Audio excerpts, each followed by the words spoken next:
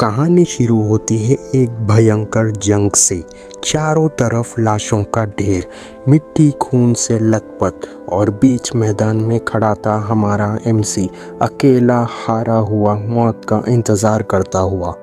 MC, जिसका नाम थियो रैग्नार है, वो रैग्नार क्लैन से बिलोंग करता है, एक ऐसी लेजेंडरी लिनेज जिसमें हर बच्चा ड्रैगन ब्लड इनहेरिट करता है। इनके पास great magic power, superhuman ability और तलवारबाजी का अनोखा हुनर होता है। लेकिन हमारा एमसी सिर्फ एक बेसिक स्वॉर्ड्समैनशिप वाला नॉर्मल इंसान होता है। जंग खत्म हो चुकी थी, एमसी घुटनों पे गिरा हुआ था, और फिर उसकी नज़र अपने सामने खड़े इंसान पर पड़ती है। रेंडर, उसका अपना मेंटर।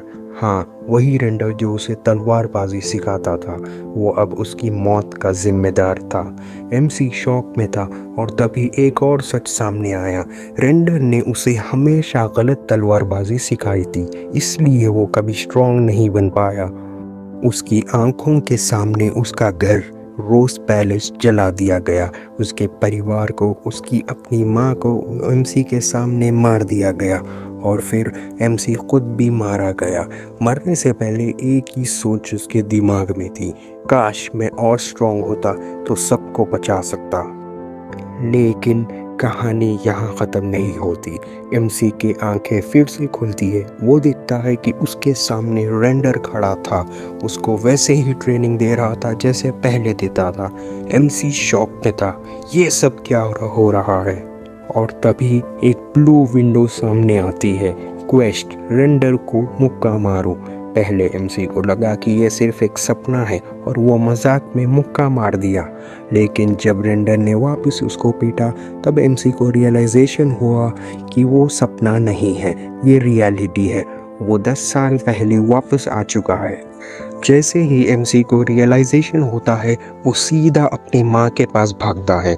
उसको जिंदा देखते ही गले लगाकर रोने लगता है। उसके सामने उसकी माँ की मौत हो चुकी थी, पर अब उसको एक और मौका मिला है सब कुछ बदलने का। एमसी ठान लेता है, मुझे स्ट्रॉन्ग बनना होगा, इतना स्ट्रॉन्ग कि मैं राजा की गद्दी के लिए जंग ऐलान कर सकूं, और इतना स्ट्रॉन्ग कि रेंडर का नाम और निशान मिटा सकूं। फिर एमसी को एक और क्वेस्ट मिलता है, ट्रेनिंग स्टार्ट करने का।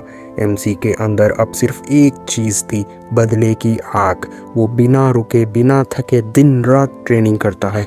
लोग उसको देखकर शॉक हो जाते हैं कि जो बंदा इम्बेसिल ऑफ रैग्नार कहकर चिढ़ाया जाता था, वो अब पागलों की तरह ट्रेनिंग कर रहा है। ऐसे ही ट्रेनिंग चलती रहती है, और एक दिन एवेलिन की नज़र एमसी पर पड़ती है। एवेलिन, जो कि ट्रेनिंग ग्राउंड की मैनेजर है, उसको देखकर हैरान होती है। उसको समझ नहीं आता कि ये लड़का इतना ऑब्सेस्ड क्यों है। और तभी एमसी की ट्रेनिंग 100% कंप्लीट हो जाती है। रिवॉर्ड लेते वक्त वो इतना थक चुका होता है कि वहीं बेहोश हो जाता है। एवेलिन ये सब देखकर और भी शॉक हो जाती है। जब एमसी होश में आता है, तब उसको पता चलता है कि वो उसको उठाकर मेडिकल रूम में ले आई है। फिर एवेलिन एक बड़ी बात बोलती है, तुम्हें पता है ना, रैग्नार क्लैन में माना हॉल खोलना, वो भी अवेकनिंग सेरेमनी से पहले, एक महापाप माना जाता है जिसकी सज़ा मौत है।